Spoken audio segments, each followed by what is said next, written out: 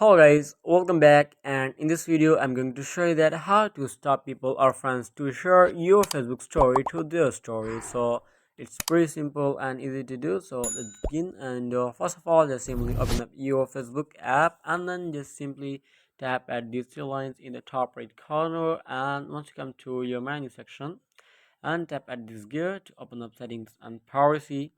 In your settings and privacy, you'll have to scroll down a little bit until you get the option of profile and tagging. Just simply tap at profile and tagging. Here you can see the third option, allow others to share your post to their stories. If this option is toggled on, so everyone is allowed to share your story. If you wanna like stop people, just simply tap at this option, toggle off this option like that.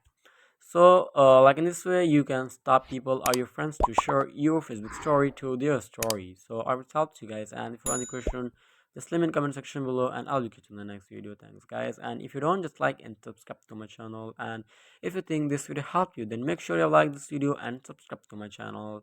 And do not forget to check the latest video on the end screen. Thanks, guys. Goodbye till the next video.